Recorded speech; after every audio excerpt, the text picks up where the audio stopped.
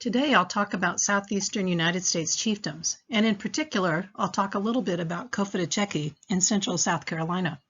To look at non-egalitarian societies, let's start by looking at a chiefdom.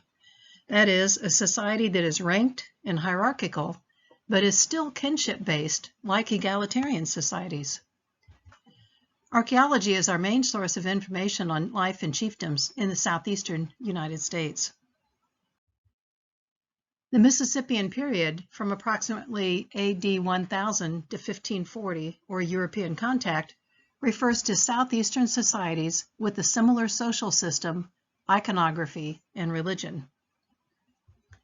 The society is ranked, yet kinship is still important, and this kind of society is called a chiefdom. Religion and politics were mixed. Southeastern chiefdoms essentially were theocracies. In this map, you'll notice several different areas of chiefdoms in the southeast. Cahokia is within the Middle Mississippian, which was one of the earliest areas where Mississippian period societies arose. South of them, on the south end of the Mississippi River, are the Plaquemine. Prior to the Plaquemine, this was the Coles Creek area. To the east of the Appalachian Mountains is the South Appalachian Mississippian, and over toward the Oklahoma-Texas border, the Caddoan Mississippian. Chiefdoms arose in many areas of the southeast, as you've just seen. The Mississippian phenomenon appears to have begun in the Mississippi Valley, hence its name, and perhaps first in the Coles Creek area of the central and lower Mississippi Valley. Its emergence is thought to have resulted from both spread from a single source of ideas, ideology, and people, in other words, spread by people migrating out, and simultaneous local development facilitated by interaction, that is, local people adopting this new way of life. But Cahokia in the American Bottom area played a crucial role. Prior to Mississippian, all societies in the southeast are thought to have been egalitarian, although some may have been big man societies in which a single leader could rise to extreme prominence during his lifetime. Egalitarian does not mean that everyone is equal. In no human society is everyone equal. In egalitarian societies, individual status is by your age, sex, and marital status. Thus, adults have higher status than do children. Leadership is by achievement. It is not inherited. You can have public structures. You can have ceremonial places. You can have a leader, a shaman, kin groups such as clans, but no inherited ranks such as elite or commoner. Chiefdoms are found in the southeastern U.S. sometime between AD 1000 and 1700. They are marked by two basic kinds of towns. Towns with earthen flat-top platform mounds, like you see in this painting, and towns without earthen mounds, as well as scattered farmsteads. You can have a simple chiefdom where there is one mound civic ceremonial center in control of the other non-mound towns and scattered farmsteads. So the mound civic ceremonial center is here illustrated with a triangle, and the other non-mound towns and scattered farmsteads by black dots. Versus a complex chiefdom, which has two levels of hierarchy, one paramount mound civic ceremonial center over other mound centers, who were themselves over other non-mound towns and scattered farmsteads. The large mound civic ceremonial centers were often enclosed in palisades and/or ditches and located in floodplains. The two largest were Cahokia, which was the very largest, and the second largest was Moundville in Alabama, which actually was up on a bluff top. Mound towns have an architectural grammar.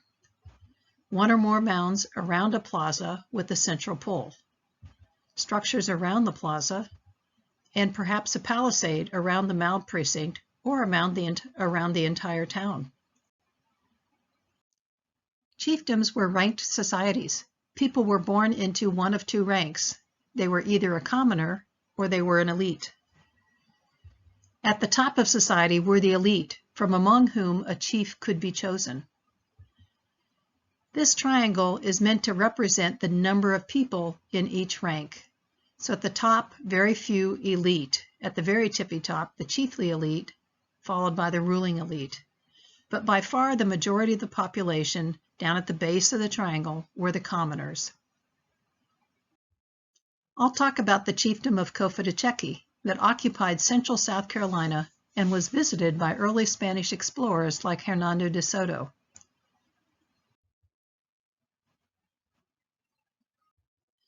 Once upon a time, Camden was the center of a chiefdom.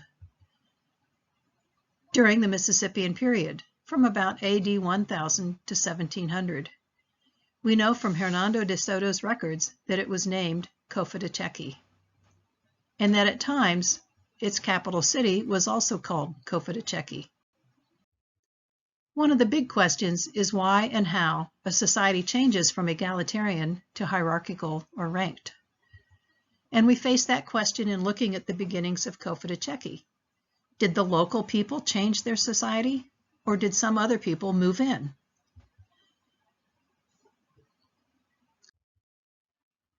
Cofitachequi was a frontier. It was the easternmost chiefdom in the southeast. A chiefdom was a territory controlled by a kin group who had risen to political religious power. The territory probably was no further than one could walk in a day in any direction. And despite the map that you see here, we don't really know the extent of Cofitachequi.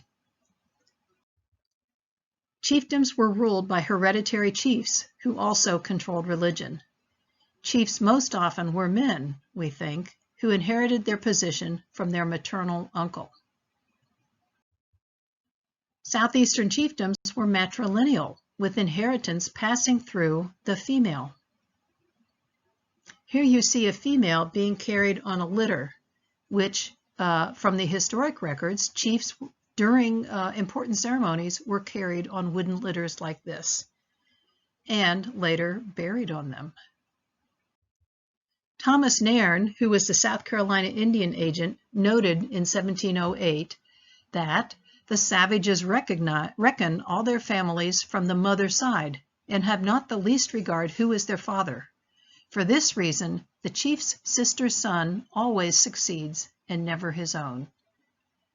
This was a very strange concept to Thomas Nairn, but he had to reckon that actually you always know who the mother is, and you don't necessarily really know who the father was. Kinship was very important in these chiefdoms, rather like living in a small town today. A chief had both rights and obligations. He could demand services, food, and other material goods from his followers, but he was also expected to demonstrate generosity in distributing food or goods as needed. His religious power kept the chiefdom safe and prosperous. A chief built a flat-topped earthen platform mound at his center, and if the leadership passed to another family, the capital would move to their center, so the capital moved around through time. The chief lived on top of the mound or close by. Sometimes a temple or mortuary structure was built on top of a platform mound.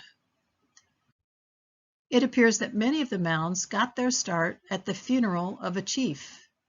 His body was displayed in a mortuary chapel, which was then collapsed and a mound was built over it. But these mounds then were often added on to later and became larger through time. As I said, in other words, earthen mounds often grew larger over time, and not always straight up, but perhaps larger spreading out.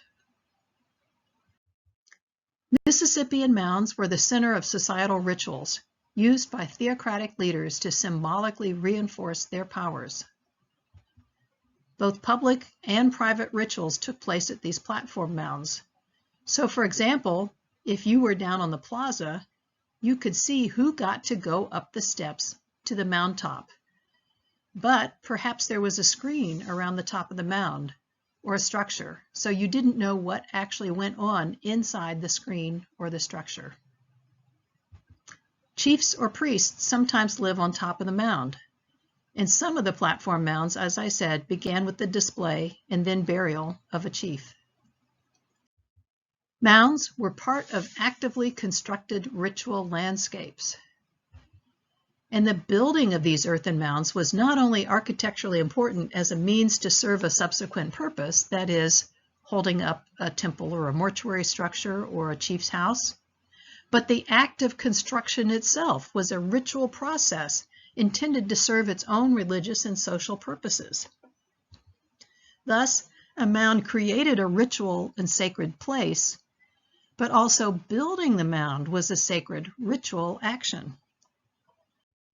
The elite, such as warriors and priests, were allowed to live near or in the mound precinct. They also could be buried there and were privileged to use certain symbols and goods in their graves. At Cahokia, Illinois, note the 2-mile-long palisade around the mound precinct. These paintings illustrate the bastions that were found along this palisade, and the palisade was rebuilt several times. And as you can see, the size and style of the bastions changed each time.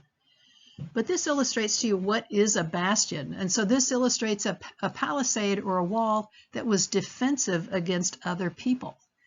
And you had these little towers called bastions where an archer could stand, and you spaced them far enough apart that the archers could cover all the ground outside the palisade. And so they could ward off attackers by shooting arrows at them. The commoners, the majority of the population, lived away from the mounds. They were buried in separate cemeteries or in their houses, and they were limited on what goods they could include in their graves. Among themselves, commoners look egalitarian to the archaeologist. In chiefdoms, we find a hierarchy of places where people lived. Mound town centers, potentially a multiple mound town center like this one versus a single mound center. Towns without mounds, people living in those towns would have to travel to the mound town for the important ritual ceremonies. Hamlets or villages, and then of course many isolated households we call farmsteads, supplying maize and other crops to the mound centers. Platform mounds thus mark places of religious, political, and social significance. And if you can date when each mound was built, or even better, when each mound layer had layers added, you can somewhat trace the history of where religious political power was focused. We have barely begun to map the location of all of these different kinds of places where the people of Cofitachequi conducted life. We've not yet dated all the mounds in the chiefdom of Cofitachequi, let alone when layers were added to the various mounds. We know of 8 mound towns in the central watery valley, plus another 4 or so mound towns further north and south along the river, some of which are now underneath man-made lakes. So how do state-level societies differ from chiefdoms? Both are hierarchical or ranked, with relatively few people in the elite class, and only one paramount leader, a chief, a king, a pharaoh, and so on. But the majority of people in both were commoners. Whereas a chiefdom is kinship-based, a state-level society is not. A chiefdom is considered to be more politically unstable than a state due to factional competition. A state will control a greater territory and have much higher population densities and cities than will a chiefdom. Only the rare chiefdom, like Cahokia, had an urban center. Chiefdoms also do not maintain a standing military force. So what is Mississippian? It's societies in the southeastern United States dating between perhaps AD 1000 to 1700, with ranked social system of elites and commoners, a kinship-based society organized into chiefdoms with the territory. They shared an ideology, that is, a religion. And politics and religion kind of went hand in hand, a sort of theocracy. And many of them, but not all, came to depend on maize. Let's take a brief look at Mississippian religion. We can see three themes in the iconography: world renewal, fertility, ancestor worship, and warfare, cosmography. And I'll talk about each of these briefly. The world renewal fertility theme is associated with mounds, adding to mounds, and with women. It's probably the most ancient part to this religion because people had been building mounds for 7,000 years by this point in time. So in my mind, this was a very clever ploy on the part of the elite, who instead of telling people, oh, that religion you've been practicing all your life, just throw that out, they instead co-opted it and changed its meaning to elevate them, the elite. So this was something that all the people, even commoners, could celebrate. And it was associated with building mounds and resurfacing mounds. And think about it, the symbolic burial of the mound, which represents the earth. So the mound is a consecrated ceremonial area that is symbolic of the world, renewed by the sweeping or addition of earth. Involved are destruction, construction, purification. They certainly used different colors of dirt symbolically, and the flat top of the mound probably symbolized the flat four world corners of the Southeastern Indians. Here you see a plan view on the right and a profile or sideways view on the left of the base of the mound that's left at the single mound town called Belmont Neck. And what you're looking at are individual basket loads of dirt. And the Indians deliberately went off-site between them and the river and collected three colors of dirt: black, gray, and yellow. And they didn't make individual layers of colors. Instead, they rather symbolically mixed the three colors within each layer. Also associated with this is fertility, and in particular serpents, non-raptor birds, women, cats, panther, the woodpecker, and the moon. In the top left, you see the very famous burger figurine found at a site near Cahokia in west central Illinois. This figure was deliberately killed, that is, broken, before it was buried, with red cedar, which is a symbolically important wood. Notice how the lips of this woman are pulling back from her teeth, indicating that she is dead, and that this is not a portrait of a particular person, but rather a generalized portrait of, say, an Earth Mother. She's wearing a tump line across her chest, which holds a pack on her back, and in her right hand, she's holding a short-handled stone hoe hafted onto a piece of wood, and she's hoeing the body of a panther-headed snake.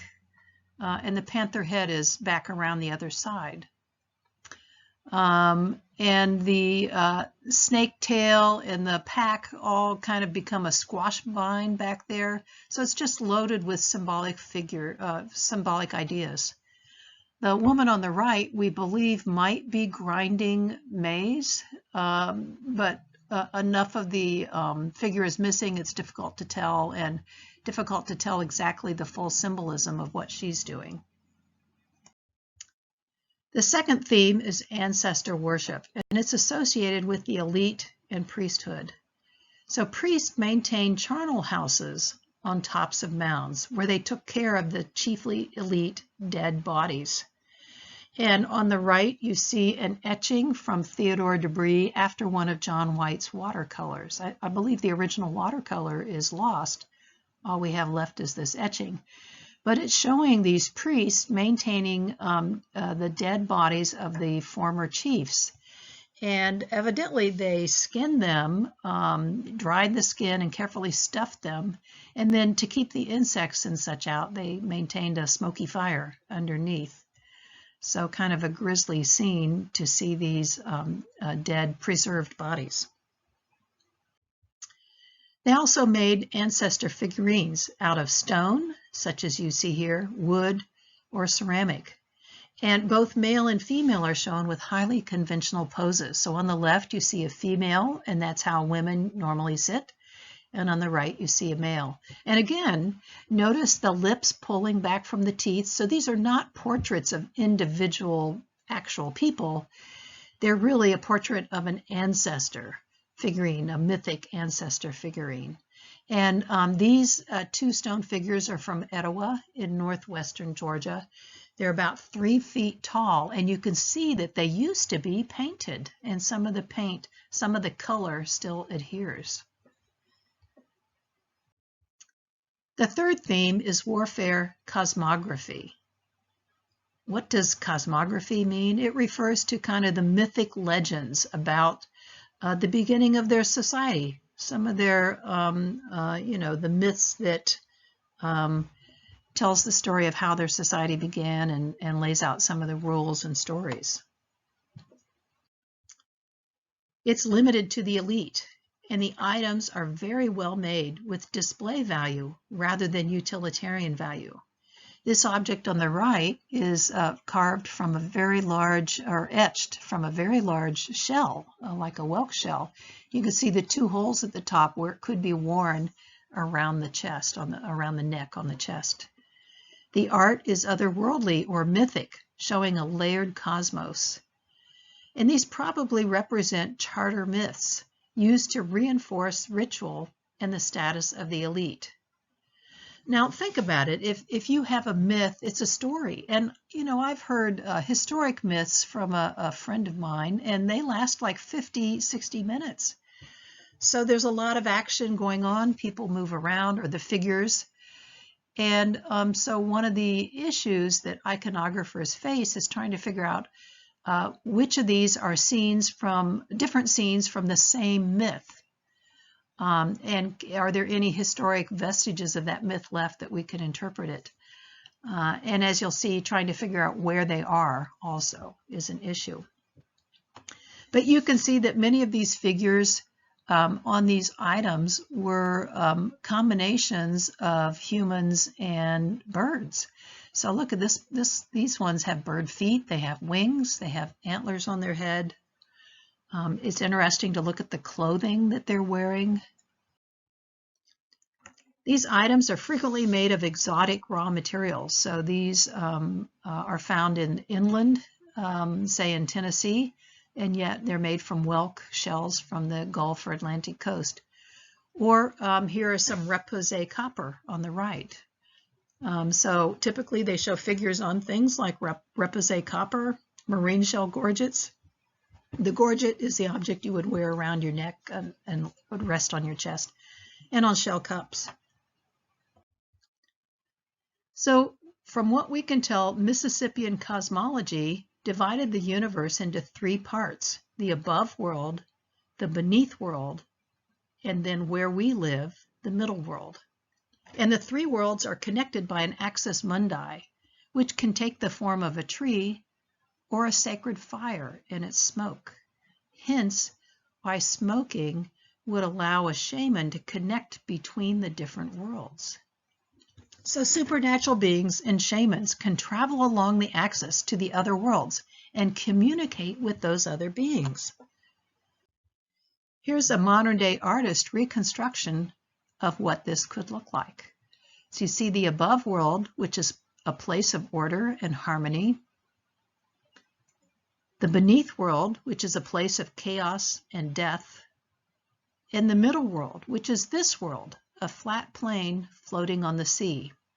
And this is a very clever drawing. Here it shows the axis mundi as a red cedar tree, which indeed was a tree set aside for use only in ceremonies and not for everyday fires or fences or house walls. And it shows you some of the symbols that you might see on myths located in that part, whether it's the above world, middle world, or beneath world.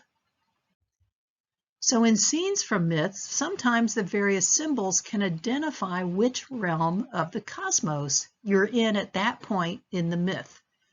So look in particular at the different styles of the cross and the circle. Look up in the top of the tree in the above world, it's got a petaloid around it. And in our world, the middle world, it's just a straight cross and a circle. And in the beneath world, it's got kind of a swirly look to it. And so when you would see that symbol on an object, it could tell you, oh, here's where they are within the myth. They're now at the place where they went beneath the world and battled something. And we can tell that because of symbols like this. Now, the previous late woodland folk are thought to have had a different society, more egalitarian, and they did not have the same ancestor worship nor the same cosmography. And although they built earthen mounds, and some of them were flat-topped, but instead of symbolizing elite power like the flat-top mounds did in chiefdoms, the late woodland mounds were places where community building ceremonies took place. So how did the chiefdom of Kofitachequi begin? Was it an in situ development of local late woodland folk who perhaps heard about this to their west and decided to adopt this new religion and way of life? Or was there an actual migration in of new folk from the west, from Georgia? Well, when we look at the diet of the late woodland people in Cofitachequi, they were mostly gathering and wild plants, fish, and animals. So hickory and acorn were ubiquitous. There's very few little evidence of maize, and actually very few weedy seeds present. They're not abundant. So it doesn't look as though they're depending on farming to any great extent. But the early Mississippian has a totally different diet. Maize, both kernels and cobs, are ubiquitous. That is, they're found in every context that you examine. Maygrass, which was a crop grown and illustrated here, was ubiquitous and abundant. And other starchy seeds were also present. Domesticated starchy seeds, such as quinopod and little barley, and sometimes abundant. And although hickory and acorn were ubiquitous, found everywhere, very little of them were found. And yet weedy seeds were common, indicating that people were gardening. So I find two pretty different diets between late woodland and early Mississippian. And so based on this abrupt change in diet, my hypothesis is that the earliest Mississippian folk in Cofitachequi were immigrants from further west who came to live among the late woodland folk.